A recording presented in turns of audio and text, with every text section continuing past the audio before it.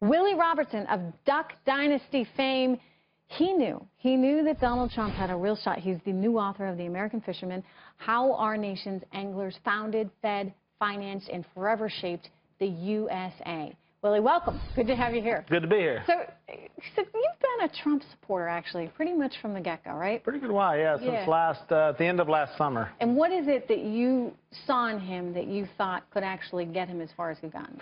Well, first off, he was a real guy. Like, when you talk to him just privately and you're sitting there talking, unlike a lot of politicians that are kind of stiff and rigid and wondering if everything they say, or should they talk to this person, should they not, I didn't get that at all with him. He was just a regular guy, business guy, even though we're definitely from two different circles, from him being up here in New York and me from Louisiana. There was just something about the honesty and just what he said really, really attracted me to him. And I was, at first I was intrigued by him, and then I met him, and just on a whim, I happened to be in Oklahoma City. I was there watching my son doing something totally different. Heard he was in town, and I really just wanted to go see this whole thing. I heard about the rallies and had seen it on television, and was able to meet him there. Trump Jr. and I are good friends, and we've actually hunted together, and we knew each other. And so I texted him. I said, "Hey, I'm going to go see your father," and met up with him. Met you? Yeah, he got up, and so he said, "Did you want to get on staff?" I said, "No, I'm good. I'm good, Mr. Trump. I'll just." And I was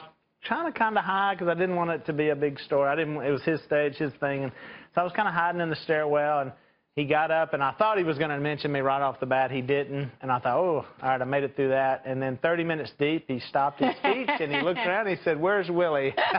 And that was my cue to go on the stage. And so from there, yeah, we've had a great relationship. I introduced him. You've said that the media completely, I mean, everybody said the media completely missed this one. Right. I point out that just anecdotally, wherever I went, I'd hear people from all different walks of life in America say they really liked what he was saying. Right. And rural Americans, people that don't live in these big populous cities, I mean, they really came out in droves. Oh, yeah. And did you think they would? Yeah, I was hoping so. When you saw that map at the end, with all that red, and I was so happy that those voices were heard, and they made a statement to the small blue pockets of a lot of people.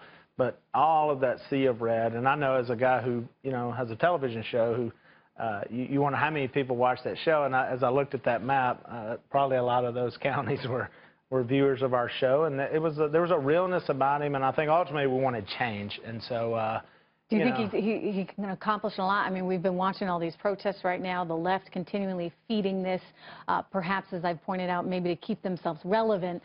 But there's this discord right now in the country, and he's got to overcome that.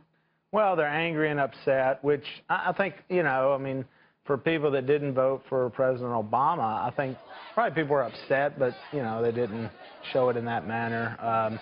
People were probably sad for a while. I remember my dad didn't watch the news for about 6 months after he won the first time. And so, but even going back, I can remember President Clinton, when he was elected, I thought, wow, I can't believe, that we've elected this guy. But you move on and you see how can we help the country. You didn't see that kind of hysteria from the right when members of the Democratic Party were. Well, there's no change. And I think we all respect the system, so there's no changing it. He's going to be the president. So you would think you would try to get, find out what you could do to help the country and not tearing up stuff, and I don't get it. Hey, so you like to fish.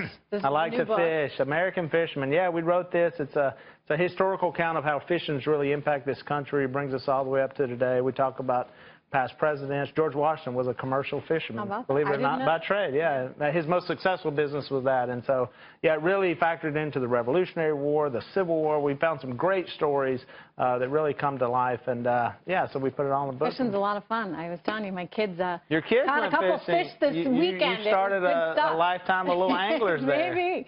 So good to see you. Thank you for being here.